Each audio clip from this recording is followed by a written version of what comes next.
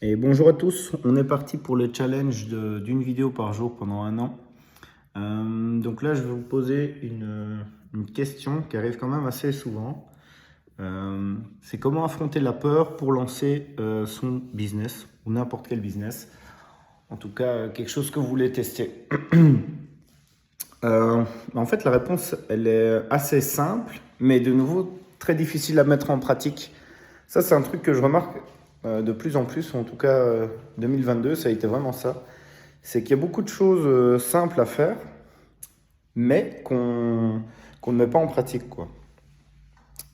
Un petit exemple, par exemple, aller courir une fois par semaine. Chose que je m'étais promis de faire et que j'ai quasiment jamais fait cette année.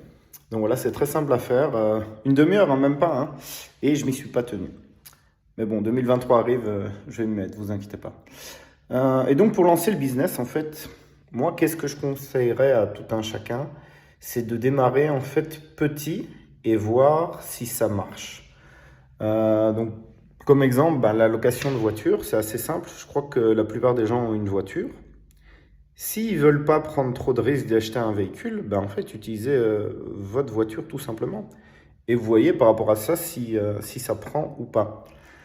C'est comme ça vraiment que j'ai démarré. Si c'était à refaire, je l'aurais fait beaucoup plus tôt en fait.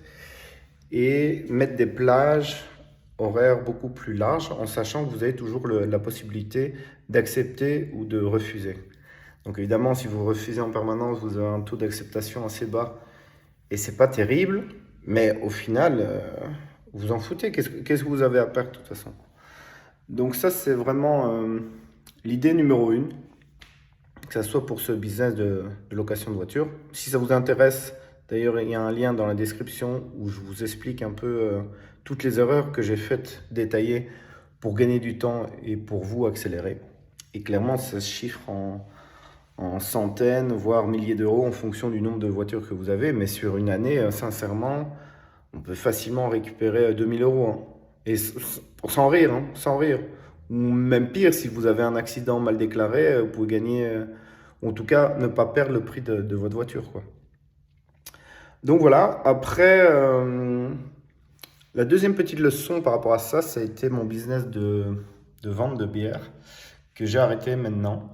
Parce qu'en fait, j'ai été trop vite dans pas mal d'étapes en fait, du business, alors que je ne vendais même pas encore de bière. Si c'était vraiment à refaire, comment j'aurais dû faire? En fait, c'est faire des petites productions et pas mettre la charrue avant les bœufs, écouler ça, trouver un stock, enfin trouver un revendeur et écouler mon stock comme ça. On dit souvent, enfin moi c'est quelque chose que j'ai souvent entendu, de dire non, si tu arrives en rupture de stock, c'est la pire des choses qui puissent t'arriver. Mais en fait non, le pire des choses c'est d'avoir un énorme stock et de ne pas l'écouler, quoi. Donc bon, après moi c'était en plein dans le Covid et tout ça, donc c'était assez compliqué. Mais si c'était à refaire, d'ailleurs j'ai toujours mon ma petite brasserie, nano brasserie, je sais même pas comment on appelle ça. Donc je pourrais toujours relancer des produits et essayer d'écouler ça. Donc je garde ça quand même dans le fond de ma tête parce que c'était une superbe expérience. Mais voilà, donc l'idée là-dedans vraiment c'est commencer petit et puis avancer step by step. Et pas vouloir non plus tout programmer ou tout savoir avant de faire les choses. Évidemment, il faut savoir le principal et tout, mais j'avais un peu ce défaut-là à vouloir tout maîtriser, tout le processus vraiment de A à Z, que ça soit compta, production, enfin tout, pour au final lancer mon produit. Si c'est à refaire, je crois qu'il faut se jeter à l'eau. D'ailleurs, j'ai un bon parallèle par rapport à ça. C'est que moi, je suis très frileux.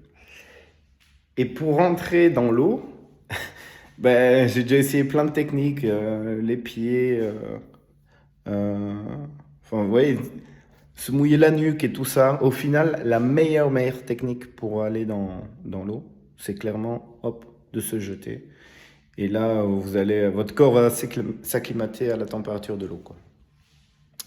Donc voilà un peu les conseils que j'ai à vous donner par rapport à ça. Mettez-moi ce que vous en pensez et on se retrouve demain pour une nouvelle vidéo. À bientôt. Likez, abonnez-vous, partagez. Ciao, ciao, à plus. Et il y a toujours, bien sûr, des véhicules disponibles pour chez l'Initio Location. À plus.